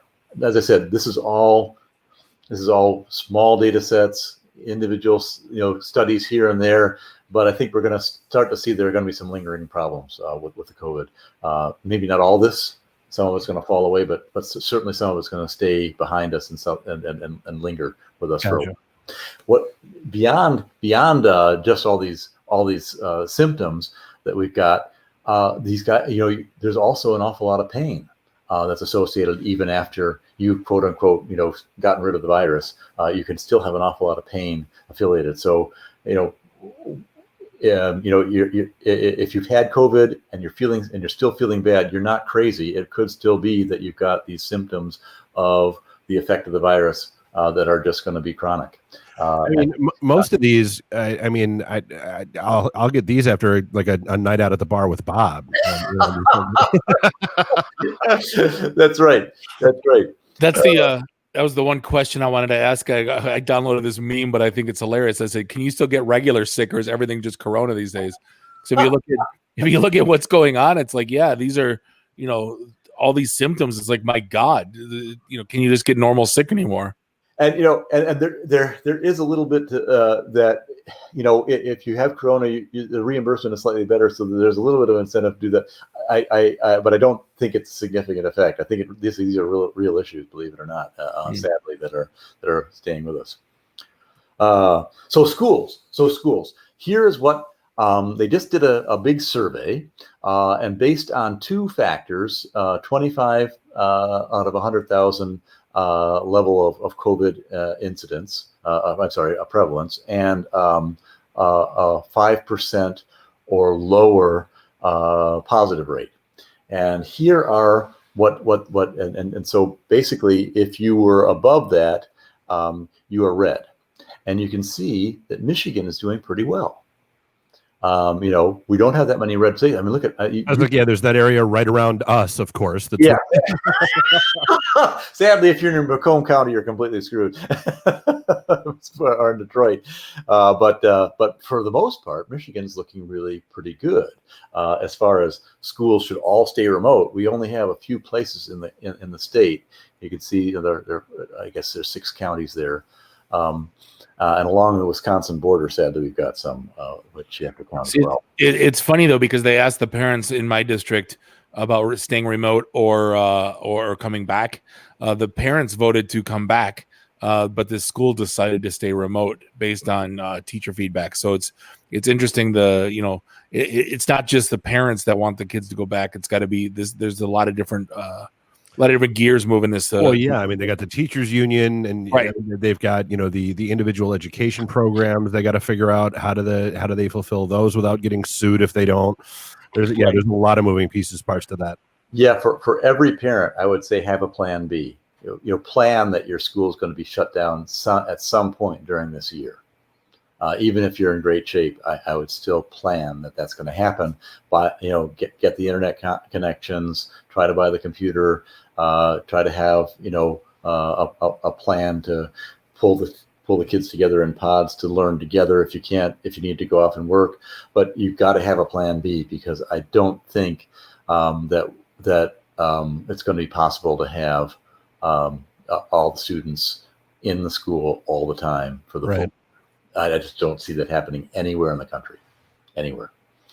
So you can see, so that's the school that should stay remote. Then there's a group of orange counties, and we have one right around the Mitten area, as well as Escanaba, and again along the Wisconsin border. That's a problem there. Wisconsin's on fire, the whole state. So we have the overlap in the Upper Peninsula. And we have a little bit down toward Kalamazoo and the Indiana border, which is Indiana's also on fire along there. So they're saying elementary and middle schools can reopen, but high school should stay remote. So what we're trying to do is we're trying to say the elementary middle school, first of all, don't transmit quite as much. Now we have that from Korean data. It's we had tests from we had samples from 5,000 different people. Unfortunately, only 50 of them were under the age of 18.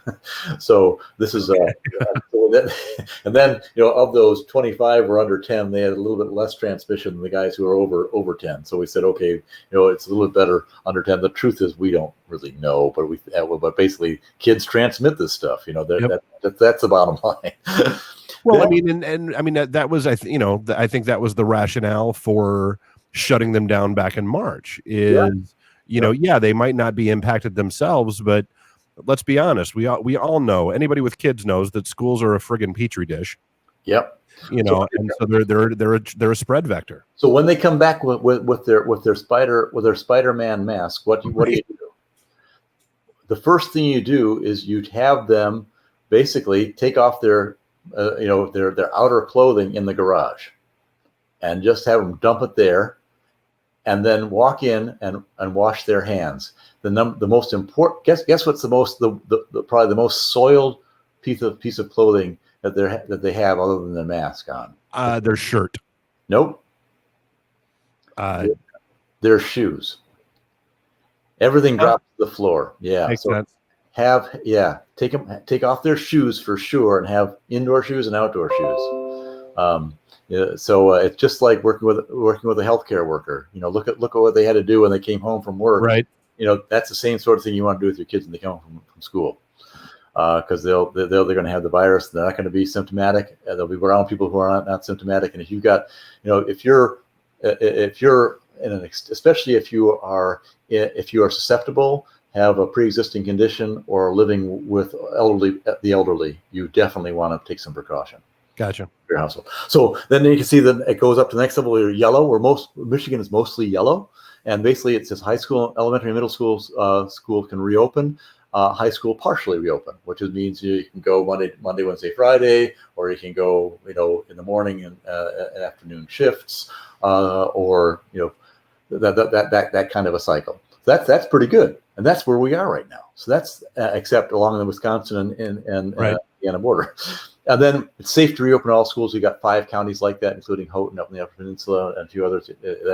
You're ready to go, and we're one of the few states that has any counties at all that are ready to open, which is great. Congratulations. And here's some of the effects that people are saying. 68% need to make at least one change their working arrangements. 50% of people said they probably have to, really significantly impact their jobs. You can see how these jobs are being impacted by how old the children are and where the biggest effect are. But it's it's going to really impact the economy badly if one of the parents has to stay home with the kids or change their jobs. Right. Already have about 11%. Officially, we've got 10.2% unemployment rate. The U6 unemployment rate, which is the ones people who have sort of given up and includes everyone who really should be looking for a job, is around 14%. Yeah, the shadow unemployment numbers. Yeah. Yeah, they start to add these numbers into the mix, and you get a really bad economic impact here. Yeah, so Congress, I've done some economic modeling. Congress basically, if we are lucky enough to have an effective, semi-effective, say 60% effective vaccine, by the end of 2021, we will have to triple the amount of social support that has been given to date in order to that the economy doesn't tank. It turns out that Michigan was the #1 recipient state on a per capita basis of the CARES Act, #1 in the nation. Well, yeah, I think our unemployment rate hit. I think it was above 25%, wasn't it? Yeah, it was. Yeah, that's right, 26%.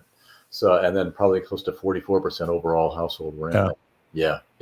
So it's really important to push the Congress. There is not one economist on the planet who doesn't think we shouldn't be trying to. It isn't a stimulus. It's just trying to keep it's just trying to keep the economy going, level. You just keep the boats afloat. Yeah. Yeah, it's just trying to preserve it in a coma. We're not trying to stimulate anything. We're just trying to save it. But there literally is not one economist on the planet. There are 20. Believe it or not, somehow we've managed to elect 20 state senators who think that somehow that all the stimulation is going to cause inflation. Well, these guys, I'll tell you, they flunked economics because the Keynesians and the monetarists are all getting together and saying, God, push money at this thing because otherwise it's gonna go into right. No. So there's absolutely no arguments about what we need to do from an economic standpoint. There's a little bit of political stuff because there were some Tea Partiers who got elected based on we're not going to do anything ever again, and all government is bad. They have a point, but not right now. Right now. Right. Yeah. We really need to stimulate we just need to keep the economy going, or we're going to have permanent damage to this thing. And then, the part of the problem with this whole thing is testing. It requires that sufficient testing is done so that you're able to actually see whether you've got a 3 or 5% positive rate. And right now, Michigan's pretty good. We have some testing deficiencies you can see in the thumb and along the Indiana border. Other than that, we're testing it at a high enough rate to be able to determine whether we should open or close schools. So you can basically, unless you're in these red counties, I'm a 3% positivity rate because I'm part of the Harvard Global Health Institute, full disclosure, and so we think that it needs to be at 3%, as does the WHO, by the way, and so you can see the counties that you might be off in terms of what their recommendations for closure are, but if you follow but in the rest of these counties, they will know whether they need to close or not. And there's some new testing coming up. And this is sort of interesting. So first of all, there's a lot of new testing coming through, and it's all going to be approved, I think, in the next 6 to 8 months, and it'll be a lot cheaper, a lot faster, a lot more accurate. In the meantime, though, these dogs they're training dogs in Europe, especially. They're the German Shepherds and the Shepherd dogs. And believe it or not, they can take they take a little swab of your sweat, and they put it in a little holder, and they swirl it around, and then let the dog sniff, and they can tell whether you've got COVID or not. Better, much better than temperature sensing and so on. That's crazy. Isn't that wild? So if you go to France, Belgium, you'll see these guys. Yeah, you've got it down there on the slide. Like I know I had heard that about like some dogs were phenomenal about detecting certain cancers and that kind of stuff. That's right. They can detect a variety of different cancers, as I recall, stomach cancer, things like that. Yeah, absolutely. Epileptics, they can detect whether they're going to have a seizure or not. They can start barking and alerting people about having a seizure. So there's the sense of smell. They're 10,000 times better than our sense of smell. Right. So and so this is an opportunity really, and maybe we put a little dog in every school. Train in 6 to 8 weeks and ready to go. So that's happening in parallel to a lot of these other tests that we talked about earlier. The real problem I've got right now with the United States' strategy is that it's basically betting on vaccines. Right. And this is what we've done so far. Wasn't that what they talked about almost in April? Like we got to wait for it was flatten the curve, and then we got to wait for a vaccine, right? That's right. And I'll talk about why that may not be a very good bet in a second. But you can see what's interesting is that for the first 100 million doses for Moderna, it's about 30. So each of these drug vaccines has to be injected at least twice a year into you, or it's not going to have the duration you want, or the viral activity you want. So you have to have a booster shot after you have the first one, and we might want to mix and match the booster shots for even in some cases we can, in some cases we can't, sort of have almost a cocktail effect. That's because we don't have that many vaccines, and because it might actually improve it. So you can get a sense of we have $100 million doses that are coming through. That's good for 50 million people at $30 a person. So with an option for another 400 million. The problem is that after that first 100 million, they can charge whatever they like. So this could get expensive. J&J, $1 billion for the first 100 million doses. J&J is guaranteed they're not going to make any profit on this, but of course, there are all sorts of accounting things you can do. Right. So how much do you want to deduct R&D off of it? Yeah, exactly. Yeah, there are a lot of nonprofits out there with billions of dollars in the bank. So yeah. So, but they at least they put a stake in the ground. They're going to try to make it look better than it really is. But $1 billion for 100 million doses. Pfizer and BioNTech. This is where Europe has put its bet. $39 for 2 doses per person. So again, that's only the first 100 million doses. After that, they can charge what they want. AstraZeneca, $4 a dose. That's the cheapest for 300 million doses, and that's where UK has put their bet. So and we have as well. So that's where we've invested so far, and we've got lots of shots on goal. We've got 5 different kinds of vaccines that we're going after. 3 of which are in phase 3 studies. So that's pretty good, but it always comes back to this. We are talking about an absolute world record to get this thing out. The fastest, the mumps vaccine was the very fastest we ever done. That's 4 years. Most of the work that most of the vaccines that I worked on, took 9 years on average. So, and of course, the real problem is that the probability of success in clinical trials, vaccines for infectious disease, 35%.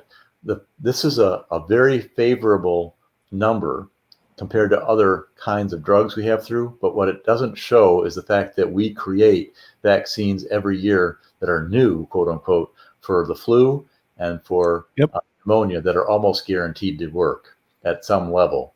And so so if you look at the vaccines success rate for novel infectious disease, which this is, it's down to 11%. So we have statistically, we have enough shots on goal to get something in the next year, but it's not a done deal.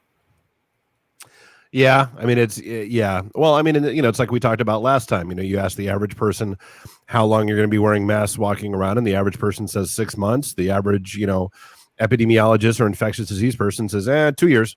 Yeah. Yeah, yeah, and that's the challenge we have. And of course, HIV. We still don't have anything for HIV/AIDS, and that's been 40 years. So Right. it could take a while. I really hope we have something at the end of next year, but I'm not. I think, but for us to get something that's truly effective and that really moves us back to normal, I still think it's going to be 7 to 10 years. Yeah. The one shot Canada now or later. The one shot you should get is the flu shot. Right now, 40% of Americans get it, and even fewer for the younger people. It boosts your immune system, like we said, but it also reduces mortality on the older person because it slows and lowers the spread of the flu plus COVID together among the elderly. Because the children really are the vectors for the flu vaccine, and if you can give them the shot, they're not going to spread it to the older. Right. So, try to get your shot early if you can, because you sure don't want to have both the flu and COVID at once. And that's it. That was my little thing. What do you guys think?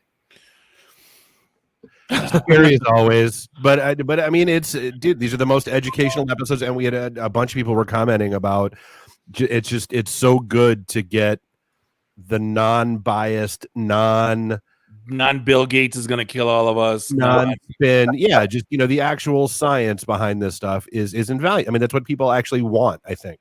Yeah, and a lot of this is preliminary. A lot of this, I try to avoid being selective. I try to be, kind of here's what the general body of evidence shows, but it could still be disproven, but because there's a lot still to be written on the space. But I think these trends are likely to be correct. Well, and I think we talked about this last time too, that probably one of the biggest issues here that leads to a lot of the misinformation and a lot of the the distrust and all that kind of stuff is people aren't used to watching science play out in real time. Oh yeah, exactly. I can't believe we're even talking about this stuff, frankly, because 7 months is nothing. I mean, it takes me 7 months to start to even design a trial. Yeah. Usually, and then you actually have to enroll the patient. That's another 4 months, and then you start and you get preliminary data after another 9 months after that, and then after a year or two, you start to get some interesting things that you can start to suggest that maybe something has been demonstrated. Mm-hmm. Maybe. we're in a Veruca Salt society. I want it now. Yeah, just have just be prepared to be surprised and have alternatives that you're ready for. Like if the school closes down, have an alternative. The vaccine doesn't work, have an alternative. If if you don't bring your mask along, then stay 6 to 8 feet away from people, or else go back home and get your mask. Those kind of things. Just always have an alternative because you're going to be surprised by the data. That's the only thing for sure we can say right now. Fred, we can't thank you enough for your time. Actually, we're honestly honored to have you on. We have been. This is like I said, this is invaluable. This keeps at least me. It keeps me in check because I'm reading and hearing and seeing shit every day, and have somebody make sense of it is it keeps my sanity normal, at least for the time being. Oh, it's been a pleasure, and I'm happy to come back, and we can talk about where right now we're kind of so I'm working with one of these companies, but in Moderna has about 4,800 people enrolled. We're scaling up the manufacturing facility. We think we can get the drug to 30,000, to 15,000, 20,000 people, but moving to the billion is going to be challenging because Lonza is going to do the actual manufacturing. Pfizer is the second big drug that we're with BioNTech. They're at about 2,700 patients enrolled in phase 3. So we got a ways to go. For those that don't know, if you want to read up about fredbrown.com. Yep. Right. And then, I think Randy, you put his Twitters up there as well. Yep. If you want to shoot Fred a message when we're not around, feel free. or is it unless Happy to answer any questions you have. Anyone has questions? Yeah, apparently somebody shot you an email through your website a couple weeks ago, and you responded, chimed in, and said, "Hey, thanks for responding to my email a couple weeks ago." Pleasure, always. Happy to do it. All right. Well, hey, we're gonna I wrap. was going to say, hey, do we want to wrap this up, or do we want to go a little bit light and bannery? I'm spent, man. These are exhausting. All right. Well, hey, if we're going to cut loose, I got to get this in real quick. Hey, these days, your house isn't just your home. It's an office, a school, a restaurant. We all agree about that. You need solid Wi-Fi in your whole house, and everyone isn't working on top of each other. You need Eero. So Eero, an Amazon company, covers your whole home with fast, reliable Wi-Fi. It makes every square foot of your house usable by eliminating poor coverage and dead spots. You can be on a work call. The kids can be remote learning. Someone can be streaming videos all at the same time without any buffering. Bob, you and I have talked about this a million times with, all the kids streaming everything to their TV and their tablet at the same time. And it's a phenomenally easy setup, and it's just so good. Such a good system. Never rebooted them. They kind of do themselves. They do themselves, and that's the point. So, Eero is fast and easy to set up. Plug it into your modem. You're good to go. You manage Eero from a simple app, and it really is a simple app. Pause it for dinner. Get alerts if any device attempts to join your network. So here's the deal. We're asking a lot of our Wi-Fi. Eero can help yours do more. Go to Eero.com/IT and enter code IT at checkout to get free next day shipping with your order. That's Eero, EERO.com/IT code IT at checkout to get your Eero delivered with free next day shipping. That's Eero.com/IT and code IT at checkout. As we always love to say, it is so easy, a Bob can do it. True story. Big fans of the product, by the way. I use it too, and I do a lot of modeling with lots and lots of data from all sorts of different sources, and I have not had a problem since. Oh, very cool. There you go. Yeah, those are great. They are. But hey, with that being said, we're going to wrap things up for this episode 361 of the IT and the D Show. I want to thank Fred Brown for his time and for everything, for that matter. Yeah. FredBrown.com. On behalf of Bob, Dave, and Randy, do us all a favor. Drink up your drinks. Get your phone numbers. You don't got to go home. You just got to get the hell out of here. See you next week. Drive careful. Beat it. See you guys.